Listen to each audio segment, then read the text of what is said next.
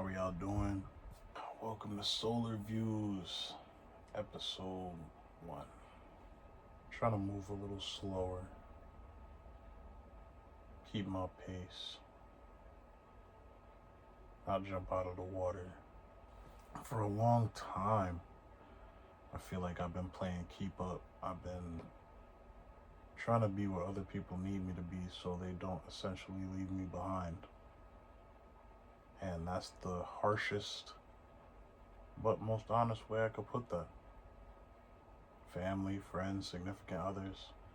I've always felt like I needed to be something, not necessarily that I'm not, but that I need to be something more. Needed to be something more to continue to gain affection or keep this relationship stable.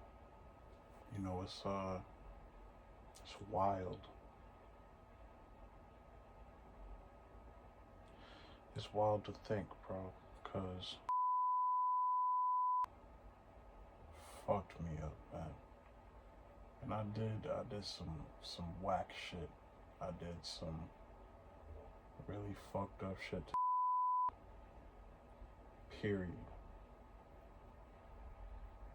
Did some really fucked up shit to me. Period. No buts on either one of those sentences. But honestly, I speak so much on my side, and I'm so sure that I'm the bad guy, that when I said that I had to be more, she's the first person I thought of.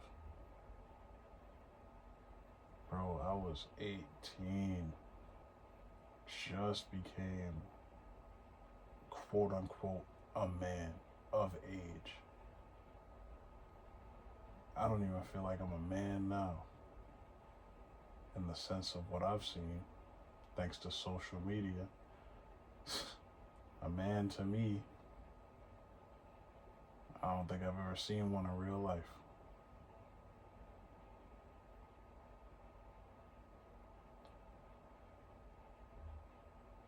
I ain't gonna unpack that right now, though.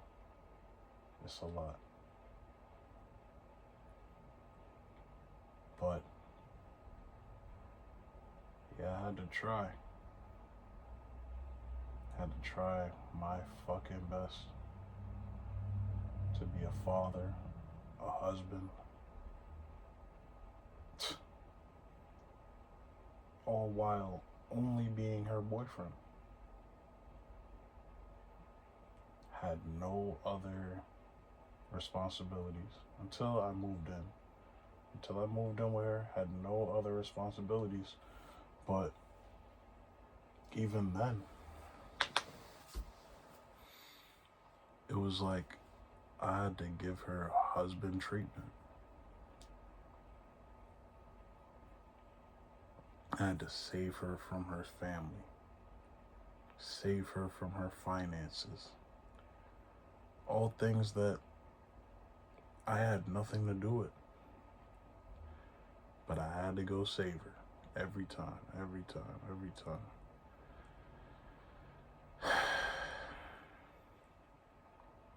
J. Cole said she don't want to be saved. I'm sure she wanted to be saved, though. This is what I'm saying. She had no problem with allowing me to do those things. And of course she's not gonna have a problem with it because I'm helping her. But it fucked me up because I was 18, 19, turned 20 in. Bruh, I did most of this hard ass shit before I turned 21. Before I could dull my emotions with alcohol.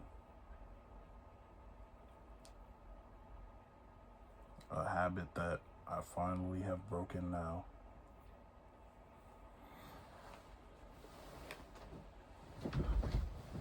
But it was fucked up. It was really, really fucked up.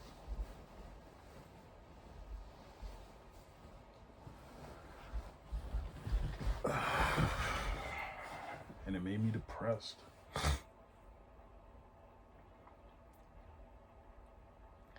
It made me depressed. I went through bullshit. I went through insecurity, erectile dysfunction at a point, and there was no support. There was no support.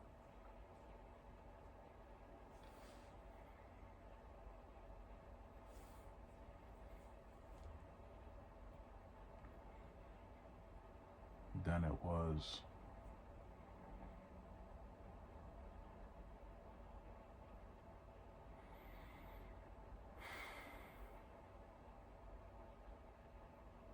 even after I went through all of that, I was still chasing after her, still trying to make her happy because I felt like she was stepping out the door.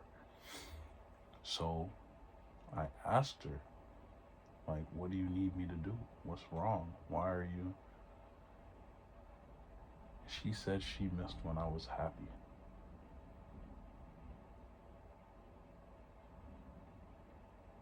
And my thing is, you don't think I missed when I was happy?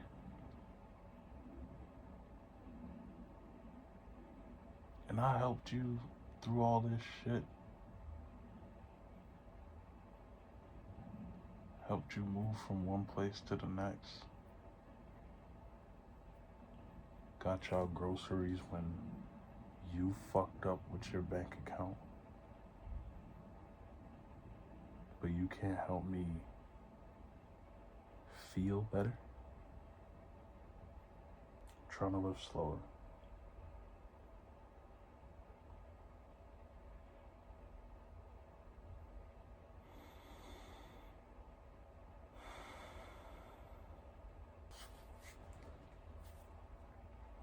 I can only focus on one pursuit at a time, one thing at a time. 2 years ago, I was in the best shape of my life. And that's because I was running. I was fighting. I wasn't eating what I needed to eat because I hated myself. I hated how I looked. I hated how I thought. Hated everything. I would bed rot for hours and hours and hours. Call my friends and complain for hours and hours and hours.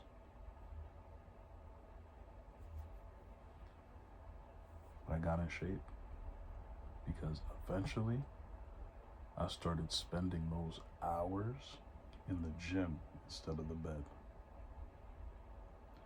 And that made me feel a lot better. But once I felt better, I stopped going.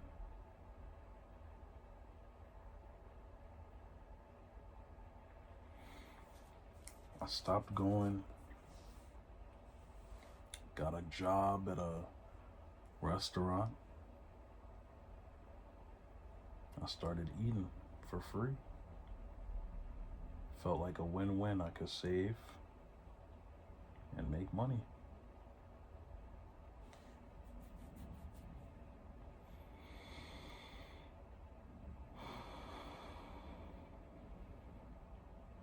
Save, make money. Don't have to go out, pay for lunch. But that became a bad habit. Went back to fast food.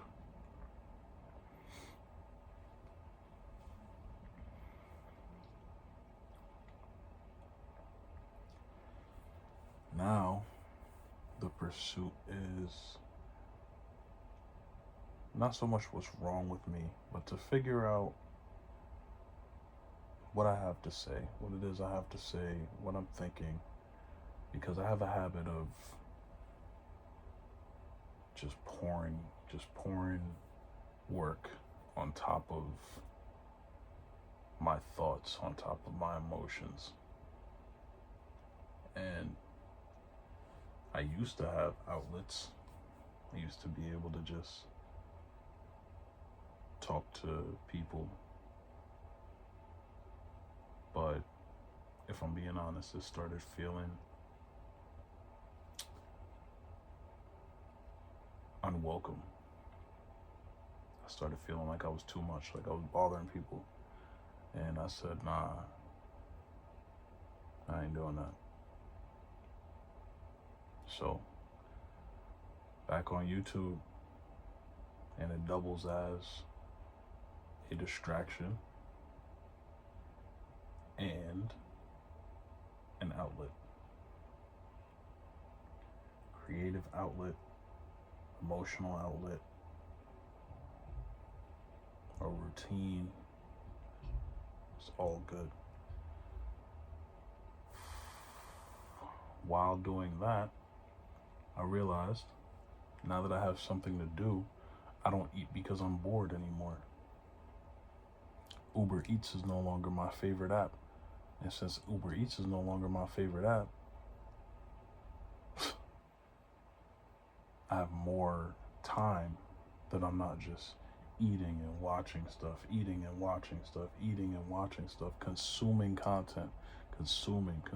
I'm a creator. So always consuming also makes me depressed. I feel like I'm not putting anything into this world. I feel like there's no reason for me to be alive because I have nothing to show for my life. What am I really doing? What am I changing? And so I let that go.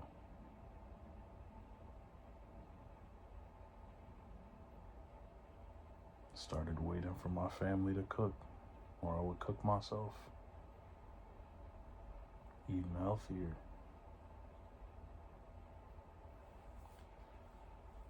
Since I'm eating healthier and not ordering all the fucking time, I don't spend as much. So now my budget is working. Now my money makes sense. Now I got YouTube, my budget.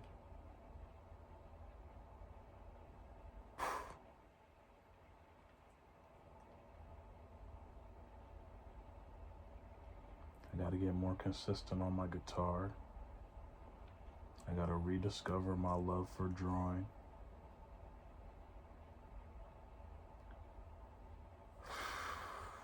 I gotta nail down a concrete schedule for writing.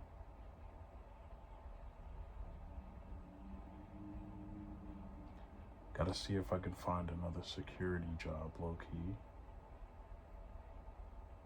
And I gotta get back in the gym, man. Not even to look better, even if it's just to feel better about how I look, about how I feel. I could always buy new clothes to fit myself, fit my body the way it is now. And I'm currently doing that. But the more I look at the clothes that I used to wear and think, damn, I'm definitely not fitting in that hoodie anymore. Damn, I'm definitely not wearing my favorite jacket anymore. The more I lie about the fact that I'm not cold. Just so that I can wear my vest every day. Because my vest is the only thing that still fits. It's gonna kill me. Thankfully, winter's almost over, right?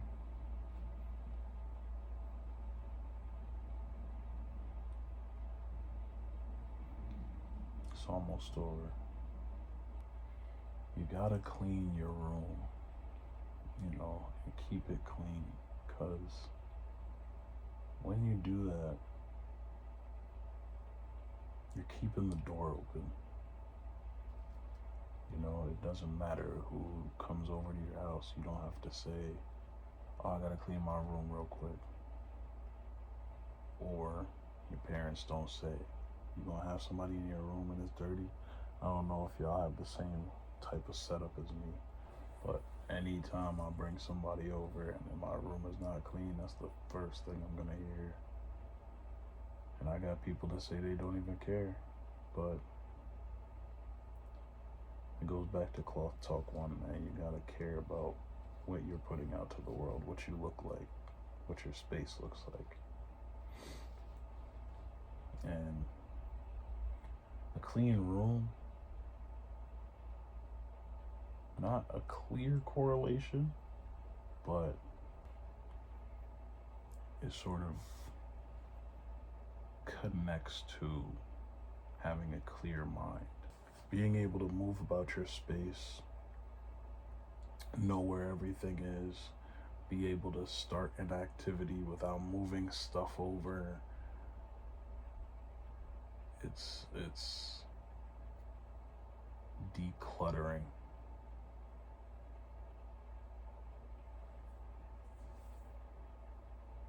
It's much more convenient. And convenience is often overlooked.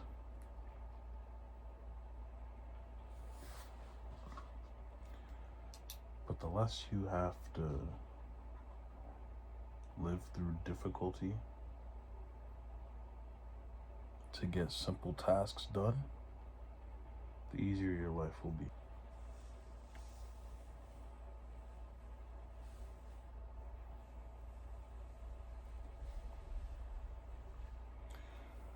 I've been letting messages sit on my phone.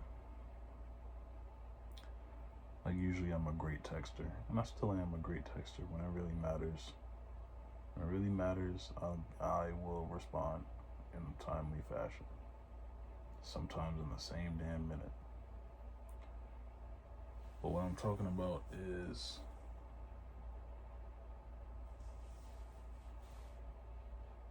I'm no longer trying to win people over with my text messages. I'm no longer trying to people please in my inboxes. If someone fucks with me, they gonna fuck with me. If someone doesn't fuck with me, they not gonna fuck with me. If someone only wants to fuck with me today, I'm not responding today. Because if you're not gonna fuck with me until you want to fuck with me, then you might as well not fuck with me. Seriously, bro. Life has its ups and downs. Sometimes you gotta reevaluate your friendships, man, because if you start noticing a pattern that, and it goes both ways, it goes both ways. If you start noticing that certain friends only come around during your up seasons, certain friends only come around during your down seasons, it goes both ways. That means they need something from you. And they benefit from you the most when you're in one of those seasons, not all around the clock. So if you fuck with me now, but you're not gonna fuck with me later, why would I fuck with you just because you're here now?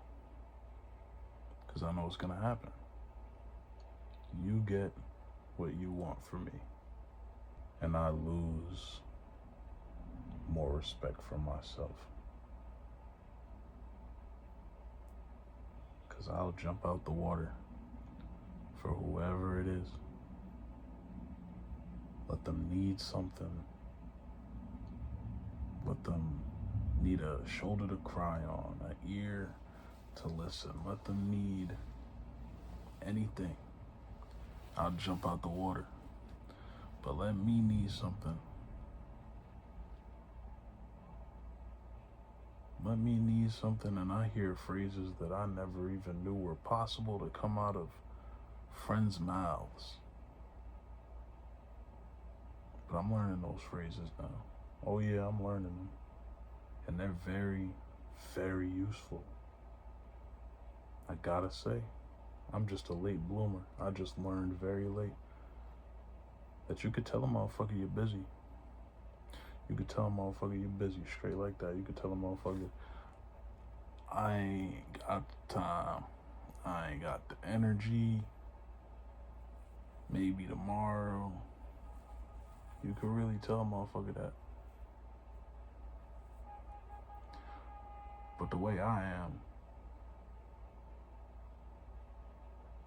and I want to be edgy and say the way I was, but no, I'm still unlearning these habits. The way I am,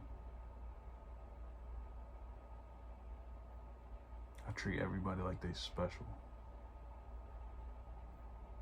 And I think I said this in the last one. I treat everybody like they special, more special than me.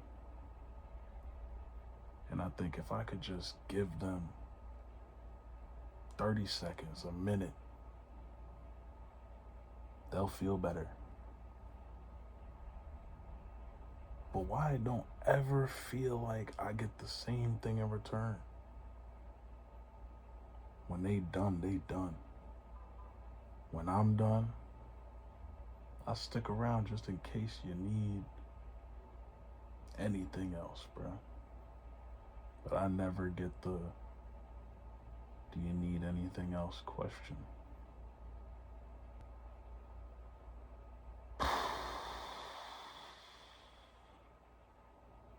It's that Michael Beasley clip, man. When you up, stay up. So you never gotta tell them when you down.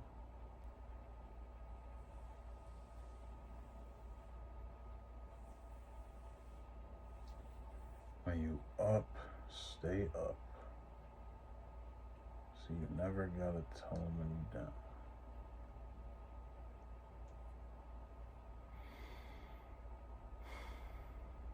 So I realized, if you only around when I'm down, while it feels good to have someone around when you're down, if they ain't around when you're up, that means they need you to be down. Whether it's more comfortable for them, whether they get something out of your state like that. Maybe you say some profound shit when you feel like you're never gonna find love again. Maybe you say some real profound shit. Maybe you become very hateful towards love, and that makes them feel less harsh in their judgment of other people's couples, and that makes them feel comfortable. But as soon as you get up and you get back to love and all that shit, and it's scoffs, fucking sucking their teeth and shit, that's exactly what that is. Conditional. They don't want you around when you're happy.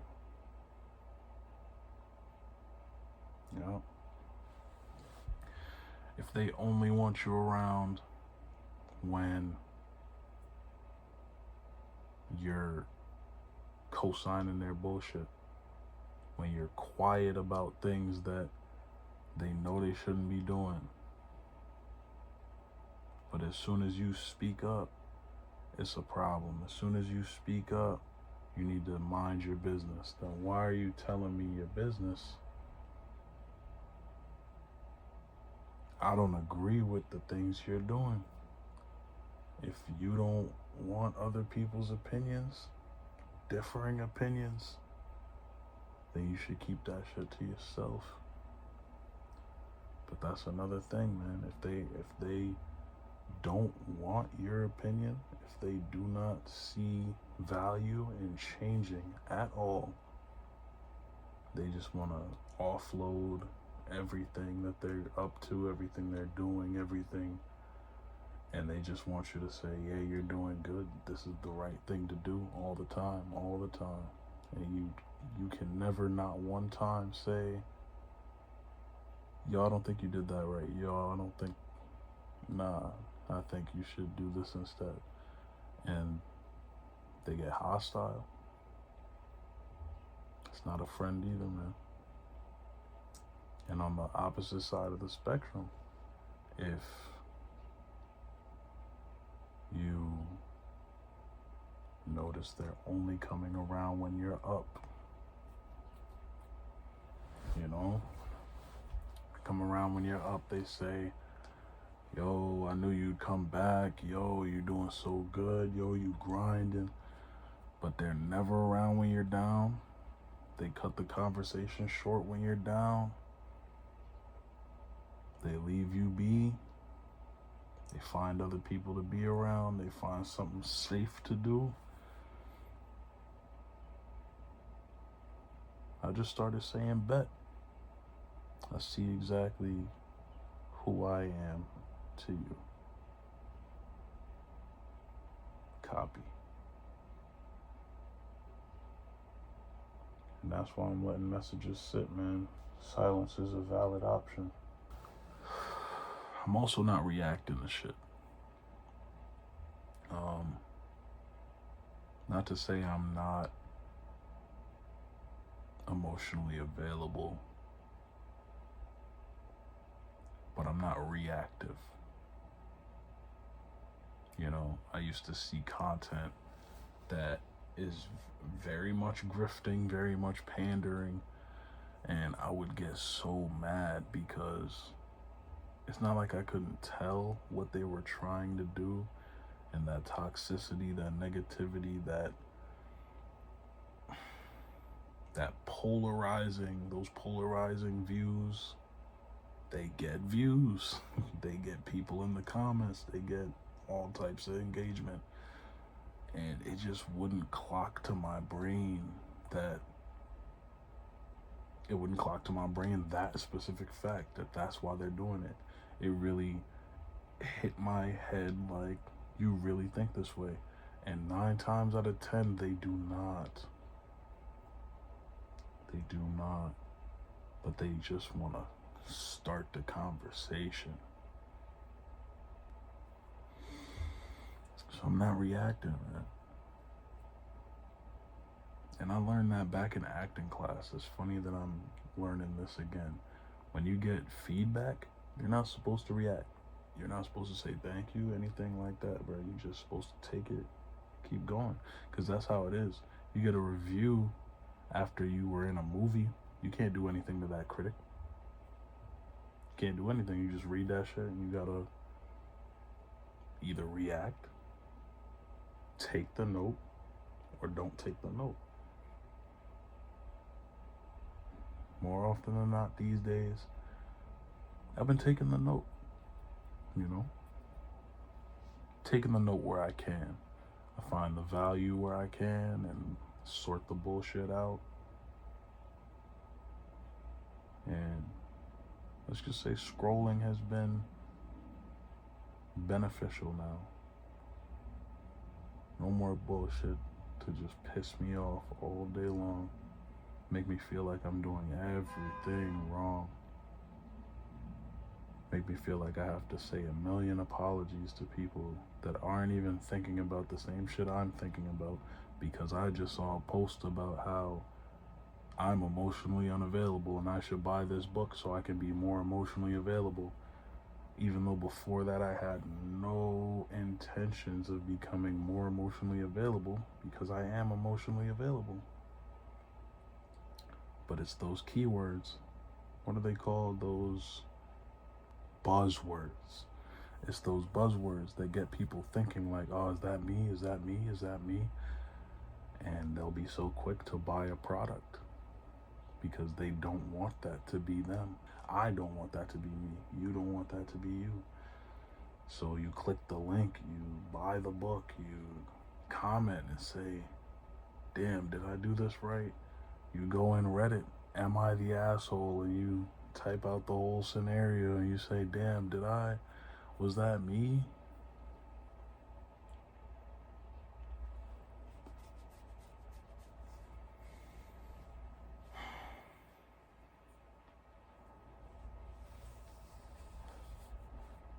Just because you're questioning it doesn't mean you even need the answer sometimes. Sometimes the question is more important. But also, just because you're questioning yourself doesn't mean you're wrong. I remember, quick story. I remember I took an anatomy and physiology class, and we all stood up in yoga pose, and he told us to breathe in for 4 seconds, breathe out for 2. My fault. Breathe in for 2 seconds, breathe out for 4. And we'd all say, oh, we're getting lightheaded, blah, blah, blah, because the inhale, exhale is uneven. And he would say, yeah, well, you're supposed to take, whatever it was. I can't even remember if that's what it was at the time, but it was a different form of breathing that we were all used to. He was saying, well, studies have shown, this is the breathing that heals. This is the breathing that regulates your heart rate, keeps it healthy. And we were all like, damn, so we breathing wrong? It's like, no, actually, if you've gotten this far in your life and you're alive, chances are you're breathing correctly. You're giving your brain, you're giving your lungs, your blood, your heart, everything in your body is circulating perfectly because you are giving your body enough oxygen, however you're breathing. So just because somebody tells you there's a right way to do something doesn't mean that yours is the wrong way necessarily. And it's not even the right way. It's a good way, or a supported way, I guess.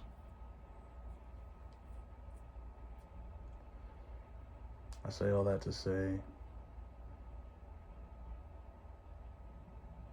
don't let some random post tell you you're doing something wrong, because that is the first line of defense. I should say offense. That's the first line of offense to make you jump out of the water, go apologize for some shit, or go reach out to somebody you shouldn't have reached out to, because now you feel like you're wrong about something you were not wrong about.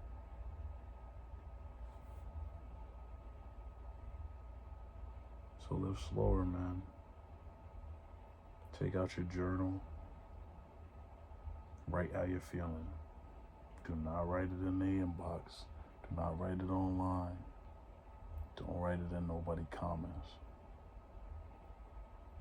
Slow down. Get to know yourself.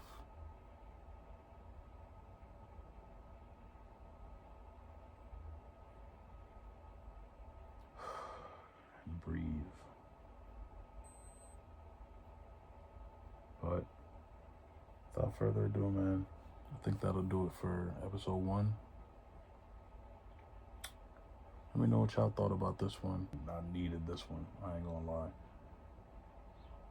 I don't feel any lighter, but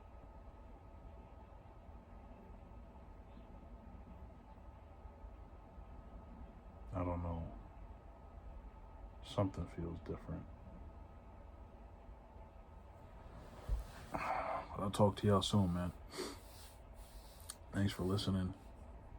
Appreciate y'all. Leave a like if you enjoyed it. Subscribe if you're new. And I'll see y'all tomorrow.